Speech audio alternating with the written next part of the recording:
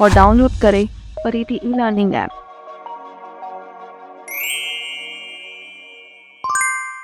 सभी का परिधि लाइव की इस क्लास में। और आज हम क्लास 10 का चैप्टर नंबर 2 हिस्ट्री से कवर करने वाले हैं। नेशनलिज्म इन इंडिया, भारत में राष्ट्रवाद। ये चैप्टर आपके लिए बहुत ज़्यादा इम्पोर्टेंट रहने वाला है। फिर जस्ट पहले आपने जो चैप्टर पढ़ा है वो चैप्टर का नाम था यूरोप में राष्ट्रवाद, यानी rise of nationalism in Europe.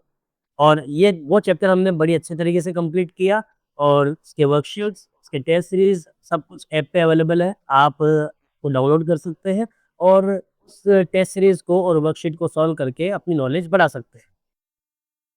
आज हम भारत में राष्ट्रवाद वाला जो चैप्टर है इसको हम शुरू करेंगे।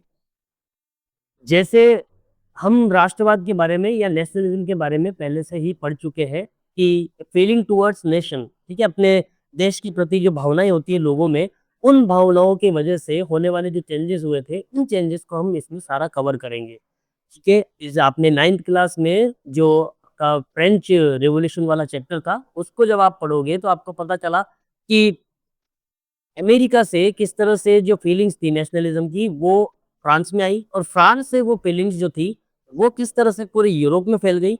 उसके बाद इंडिया में कौन लोग कंट्रोल करके बैठे थे? ब्रिटिशर्स। और यहाँ पर भी वही फीलिंग्स आती है और फिर एक कंट्री का निर्माण होता है, एक कंट्री फॉर्म होती है जिस कंट्री को आप बोलते हो इंडिया। तो ये चैप्टर जो है आपका बड़ा इंपॉर्टेंट होने वाला है।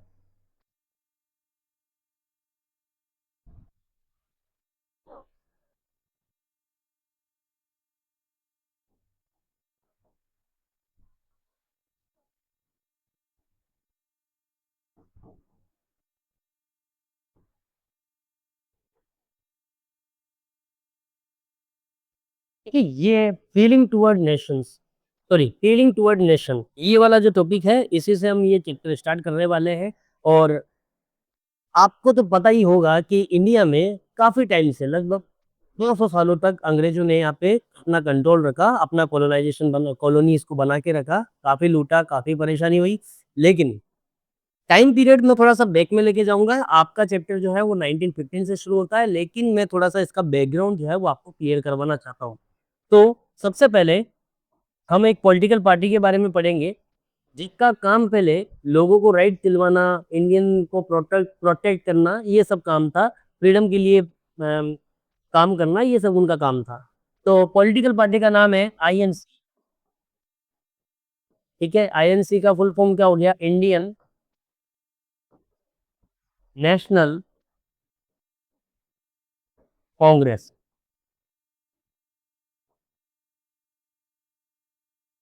इंडियन नेशनल कांग्रेस, जिसको आप भारतीय राष्ट्रीय कांग्रेस के नाम से भी जानते हैं, आज वाली ही पार्टी है कांग्रेस। जो आज हमारे बीच में जो पॉलिटिकल पार्टी है, सबसे बड़ी पॉलिटिकल पार्टी हुआ करती थी, वही पार्टी पुरानी पार्टी भी है, इंडिया की ओल्डेस्ट पार्टी। ठीक है, इसका ध्यान रखें। इसका फॉर्मेशन कब हुआ है, इसको कब फॉर्म किया गया है, टाइम पीरियड है 1885। ठीक है, 1885 में इसको बनाया गया था। कहाँ पे बनाया है, कहाँ पे इसका फॉर्मेशन हुआ है? तो मुंबई। ठीक है, कहाँ पे हुआ बेटा? मुंबई में। मुंबई में एक मीटिंग होती है और उस मीटिंग में पॉलिटिकल पार्टी सामने आती है जिसका नाम था इंडियन नेशनल कांग्रेस। अच्छा, को फॉर्म करने वाले का नाम क्या है? फाउंडर का नाम क्या है? फाउंडर का नाम है ए ओ ह्यूम। क्या नाम है? ए ओ ह्यूम। बिल्कुल, ये अंग्रेजी है, एलन ऑक्टेवियन ह्यूम। उसके फाउंडर मेंबर जो है एलन ऑक्टेवियन ह्यूम है। और इनके साथ में फाउंडिंग मेंबर्स कौन कौन थे? तो जैसे कि गोपाल कृष्ण गोखले,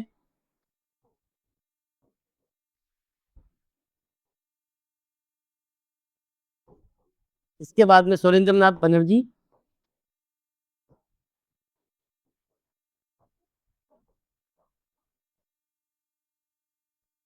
इसके बाद में आप एक और लीडर है जिनका नाम हमें लिखना ही है, दादा भाई नौरोजी।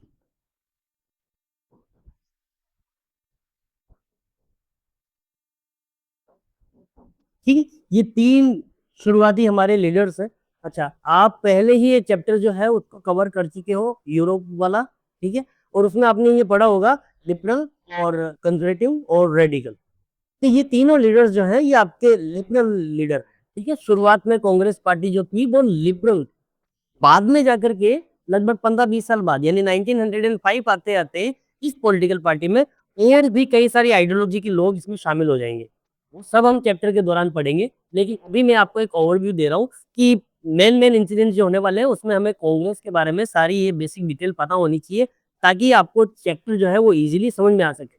तो अभी तक हमने क्या देखा कांग्रेस के बारे में कि कांग्रेस जो पॉलिटिकल पार्टी है उसका पूरा नाम क्या है? Indian national Congress. और इस पॉलिटिकल पार्टी का फॉर्मेशन कब हुआ है? 1885 के बाद में कहाँ पे हुआ है? मुंबई में हुआ है। ओके, एड्रेस पूछ ले तो संस्कृत कॉलेज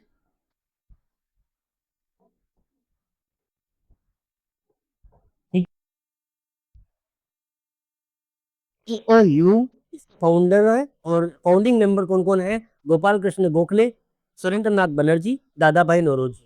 अब हम थोड़ी सी डिटेल इन मेंबर्स की भी ले लेते हैं क्योंकि बाद में और भी आपके लिए इजी रहेगा। गोपाल कृष्ण गोखले को पॉलिटिकल गुरु बोला गया है, इसके महात्मा गांधी। महात्मा गांधी के पॉलिटिकल गुरु कौन थे? गोपाल कृष्ण गोखले। इसके बाद में सेकंड नाम आता है सुरेंद्र नाथ बनर्जी। सेकंड नेम जो है आपका सुरेंद्र नाथ बनर्जी, ये कौन थे? तो सुरेंद्र नाथ बनर्जी जो है इन्होंने एक पॉलिटिकल पार्टी बनाई थी, इंडियन एसोसिएशन। ठीक है, इंडियन एसोसिएशन नाम से पॉलिटिकल पार्टी इन्होंने बनाई थी। और कब बनाई थी? 1884। और 1884 में ये पॉलिटिकल पार्टी बनी। 1885 में इंडियन नेशनल कांग्रेस बनी और सुरेंद्र नाथ बनर्जी किसमें मर्ज हो गए? इसमें शामिल हो गए अपनी पार्टी। थर्ड नेम है दादा भाई नौरोजी। दादा भाई नौरोजी जो है इनको वृद्ध पितामह भी बोला गया है, सबसे ओल्ड एज लीडर है ये इंडिया के। तो दादा भाई नौरोजी इन्होंने बहुत अच्छा काम किया। एक तो इन्होंने जो हमारी सेंसस है, इंडिया की फर्स्ट सेंसस है, उसमें इनका बहुत बड़ा रोल है। दूसरा काम इन्होंने क्या किया है? थ्योरी दी है। ठीक है, थ्योरी दी है, उस थ्योरी को जब लोगों को समझ में आई वो थ्योरी, तभी तो हमें पता चला कि अच्छा अंग्रेज हमें इस तरह से लूट रहे हैं। क्या थी वो theory? Drainage of wealth.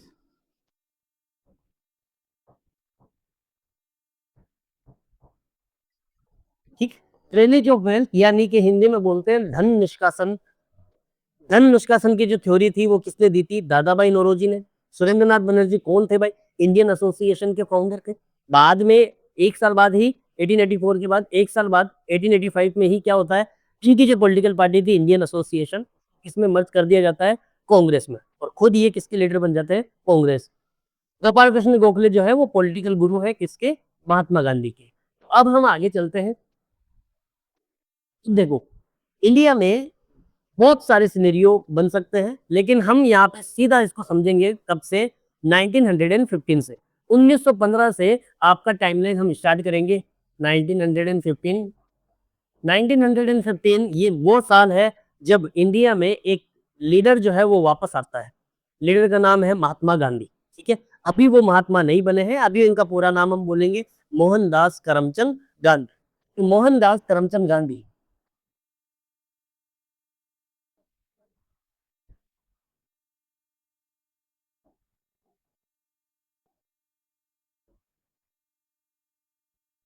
Mohandas Karamchand Gandhi return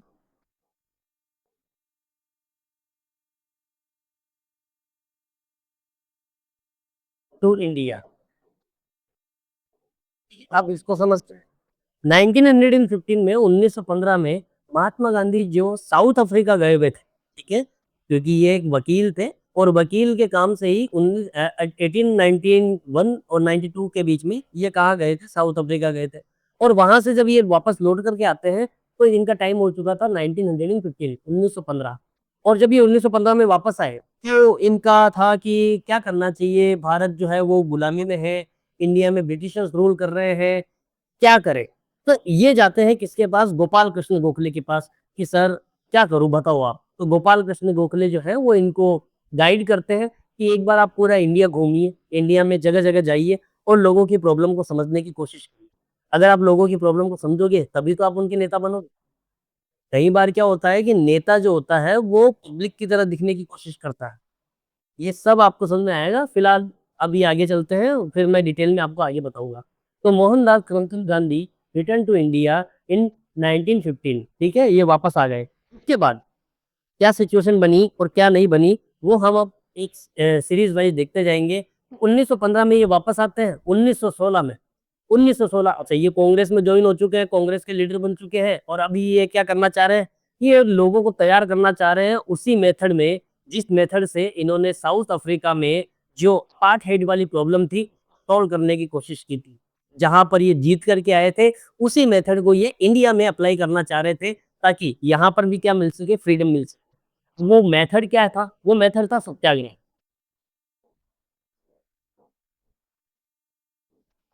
कि सत्याग्रह सत्याग्रह क्या होता है सत्याग्रह, तो सत्य धन आग्रह, ठीक है, सत्य प्लस आग्रह। सत्य प्लस आग्रह क्या है ये, ठीक है। सत्य के लिए क्या करना, आग्रह करना। अगर आप अपने पॉइंट पे क्लियर हैं, आप अपने पॉइंट पे सही हैं, और आपको पता है कि जो डिमांड आप मांगने मतलब करने वाले हो, वो डिमांड सत्य है, उसमें किसी भी प्रकार का आपका कोई लालच नहीं है, आप सत्य के साथ हो, आप सत्य के साथ हो, तो फिर आपको जीतने के लिए अपने कोई भी फिजिकल पावर को यूज करने की जरूरत नहीं है। बड़ा सिंपल सा मेथड है कि अगर आप सही हो, अगर आप ट्रुथ के साथ हो, तो आपको ऑपरेशन ऑपरेसर से जीतने के लिए किसी फिजिकल पावर की नीड नहीं होगी। ये कैसे हो सकता है, आपको गुस्सा नहीं आएगा, ठीक है, आप बड़े प्यार से अपने आप को प्रॉब्लम देख करके क्या करोगे, जो आपका ऑपरेसर है यानी आपको परेशान करने वाला है, आप उसको सही रास्तों पे लेके आओगे। ये तरीका था किसका, महात्मा गांधी का। तरीके को नाम क्या दिया है, सत्याग्रह, ठीक है। बड़ा सिंपल नाम है सत्याग्रह, सत्य धन आग्रह, यानी सत्य के लिए क्या करना, रिक्वेस्ट करनी। जब आप सत्य के लिए रिक्वेस्ट करोगे तो अगला कितनी देर झूठ बोलेगा, अगला कितनी देर आंखें बंद करके सच्चाई से अपना मुंह मोड़ लेगा, कभी तो आएगा। हाँ, इसके लिए फिजिकल पावर इंपॉर्टेंट है क्या, नहीं, फिजिकल पावर की कोई इंपॉर्टेंस नहीं है। यहाँ पर क्या चाहिए, आपको सेल्फ कंट्रोल चाहिए, खुद पे क्या करना पड़ेगा, कंट्रोल करना पड़ेगा। अगर सेल्फ कंट्रोल होगा तभी तो आप सत्याग्रही बन पाओगे, ठीक है। तो ये भी हम देखते हैं। अभी क्या होता है कि गांधी जी इंडिया में आ चुके थे, गांधी जी सत्याग्रह के लिए कोशिश कर रहे थे, इनको मौका मिलता है चंपारण नाम की जगह पे। चंपारण ये कहाँ पे है, बिहार। बिहार में चंपारण नाम की जो लोकेशन है, उस गांव में क्या था कि जो पीजेंट्स थे यानी किसान थे, वो बड़े परेशान थे, ठीक है, बहुत प्रॉब्लम में। क्या प्रॉब्लम थी, वहां के जो ब्रिटिशर्स थे वो क्या कर रहे थे, उन पीजेंट्स को प्रेशराइज कर रहे थे कि आपको यहाँ पे इंडिगो की खेती करनी पड़ेगी, इंडिगो की फार्मिंग करनी पड़ेगी। इंडिगो की फार्मिंग करने में प्रॉब्लम क्या है, प्रॉब्लम ये है कि अगर आपने फार्मिंग की तो आपकी जमीन जो है वो बंजर हो जाएगी, आपकी जमीन बर्बाद हो जाएगी, किसी काम की नहीं रहेगी। और आपको जबरदस्ती कहा जा रहा है कि आपको इंडिगो की ही फार्मिंग करनी है, और ऊपर से आपके ऊपर टैक्स वगैरह लगाए जा रहे हैं। ऐसे नहीं, पीजेंट्स जो थे वो बड़े परेशान थे। तो यहाँ पर गांधी जी जाते हैं चंपारण सत्याग्रह, चंपारण सत्याग्रह में जाते हैं, और वहां पे क्या करते हैं, वहां पर जाकर के ये प्रोटेस्ट करते हैं। पहला सत्याग्रह ऑर्गेनाइज होता है और बड़ा ही सक्सेसफुल रहता है। शानदार सक्सेस मिलने के बाद ये और जगह जाते हैं, अहमदाबाद, खेड़ा, ठीक है। ये सत्याग्रह थे तो छोटे छोटे सत्याग्रह थे, थोड़े थोड़े लोगों को कलेक्ट करके इन्होंने ये अपना सत्याग्रह परफॉर्म किया था। टेस्ट करके देख रहे थे कि क्या इंडिया के लोग सत्याग्रह को समझ पाएंगे। तो ये इनका एक तरीका रहा है गांधी जी का, स्टार्टिंग में चेक करके देखना कि क्या सच में इंडिया में सत्याग्रह परफॉर्म किया जा सकता है। तो ये डिटेल यहाँ पे मिलती है। अहमदाबाद सत्याग्रह, खेड़ा सत्याग्रह 1916 1917, ठीक है, ये इनके सत्याग्रह परफॉर्म होते हैं। इसके बाद थोड़ा सा हम आगे चलते हैं और समझते हैं कि उस टाइम पीरियड में यानी 1917 15 से लेकर के 20 के बीच में क्या क्या चल रहा था। तो जैसा कि आप जानते हैं, फर्स्ट वर्ल्ड वॉर, ठीक है, फर्स्ट वर्ल्ड वॉर स्टार्ट हुआ था 1914 से, तब तक चला था 1919। इस टाइम पीरियड में फर्स्ट वर्ल्ड वॉर लड़ा जा रहा है, और फर्स्ट वर्ल्ड वॉर में इंडिया का भी एक योगदान रहेगा। क्यों, क्योंकि भैया यहाँ पर इंडिया तो नहीं लड़ रहा है, लेकिन इंडिया पर जो ब्रिटिशर्स रूल कर रहे हैं वो तो लड़ रहे हैं। ब्रिटिश जो कंट्री है वो तो लड़ रही है, और ब्रिटिश कंट्री अगर लड़ रही है तो वो अपने कॉलोनी से कुछ तो फायदा लेगी। यहाँ के लोगों को जबरन या जबरदस्ती तरीके से प्रेशराइज करके किसी भी तरीके से यहाँ के रिसोर्सेज को भी यूज करेगी, यहाँ के लोगों को भी यूज करेगी और वॉर में लेके जाएगी। इंडिया का भी कहीं ना कहीं रोल इसमें ना चाहते हुए भी बन गया। फर्स्ट वर्ल्ड वॉर चल रहा था। फर्स्ट वर्ल्ड वॉर के टाइम पीरियड में आपको पता ही है क्या होगा, कोई भी वॉर हो, महंगाई आसमान छुएगी, महंगाई बढ़ती जाएगी, और जब महंगाई बढ़ेगी तो जनता की हालत कैसी हो जाएगी, खराब हो जाएगी। तो यहाँ पे हम लिख देते हैं कि वहाँ क्या हो गया था, प्राइस बढ़ गई थी, हाई प्राइस।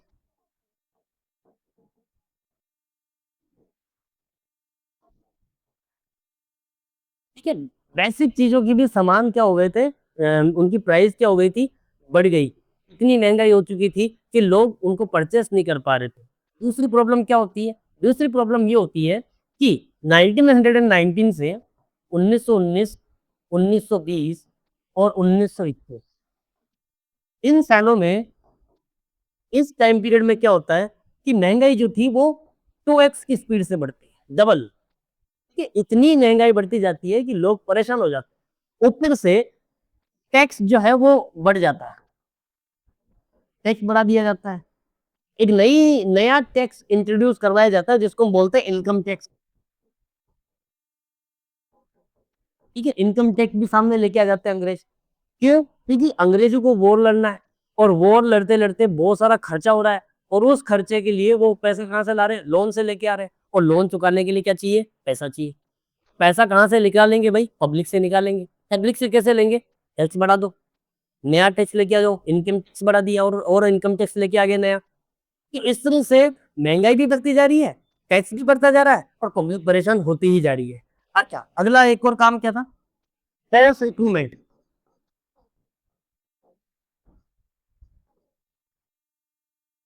ठीक है, फोर्स रिक्रूटमेंट, ये क्या होता है, जब ट्रेन डरती। एक बार सपोज करो आप कहीं पे दूध लेने जा रहे हो, और अचानक से आर्मी की गाड़ी आके रुकती है, और गाड़ी में से कुछ लोग निकलते हैं, और आपको दूध वगैरह जो आप लेके आए हो उसी के साथ उठा करके गाड़ी में डाल करके सीधा लेके जाते हैं अपनी जगह पे। और फिर आप जब बाहर निकलते हो, आप देखते हो आप बॉर्डर पे खड़े हो और लड़ाई चल रही है, और आपको बंदूक पकड़ा दे तो ले भाई चला बंदूक चला। तो जबरन क्या किया जा रहा था, भर्ती की जा रही थी। अब ऐसी जबरन भर्ती कि लोग परेशान हो चुके थे कि यार एक तरफ तो ये पैसा लूट रहे हैं, एक तरफ खाने के लिए कुछ नहीं है, ऊपर से हमारे बच्चों को, ये जवान लोगों को क्या कर रहे हैं, जबरदस्ती उठा उठा करके लेके जा रहे हैं कहाँ पे, वर्ल्ड वॉर में लड़ने के लिए। जबकि उनको तो लड़ने का कोई पता ही नहीं है कि लड़ना कैसे है, क्या ट्रेनिंग क्या होती है, कुछ नहीं पता। तो इससे रिजल्ट क्या निकलेगा, मर के आएंगे बेचारे, शहीद होकर के आएंगे। तो जबरदस्ती क्या किया जा रहा था, फोर्स रिक्रूटमेंट की जा रही थी। इतनी सारी प्रॉब्लम्स कम नहीं थी, अभी और आएगी। ठीक है, क्या होता है, 1920-21 के टाइम पीरियड में एक फ्लू फैल जाता है। ठीक है,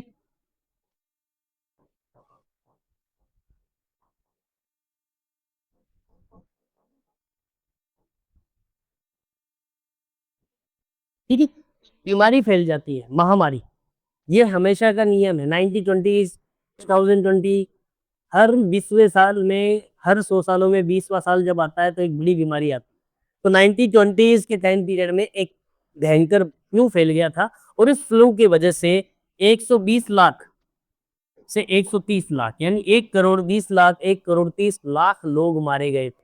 क्यों मारे गए थे, क्या गवर्नमेंट को बचाने की कोशिश नहीं कर रही थी? अरे गवर्नमेंट तो वॉर में दिमाग लगा रही है, और मर रहे हैं जो कौन है, कौन सा उनके सिटीजन है, ये तो कॉलोनी के लोग हैं। क्या ही फर्क पड़ता है, ये जी करके क्या करेंगे, इनके लिए तो फालतू है।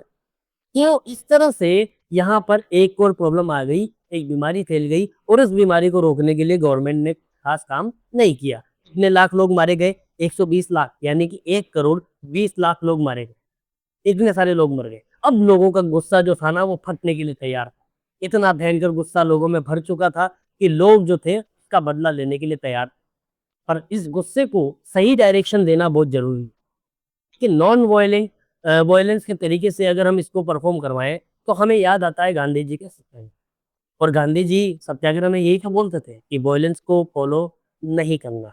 हम इंडिया के लोग हैं और हम वायलेंस नहीं करते, क्योंकि यहाँ पे भगवान बुद्ध की धरती है, भगवान आपके महावीर स्वामी की धरती है, यहाँ पे हमें लड़ना नहीं सिखाया गया है। इस तरह से आपके इस चैप्टर की शुरुआत होती है। बाकी का हम और अगले पार्ट्स में देखेंगे। इस वीडियो को लाइक करें, शेयर करें और हमारे चैनल को सब्सक्राइब करें।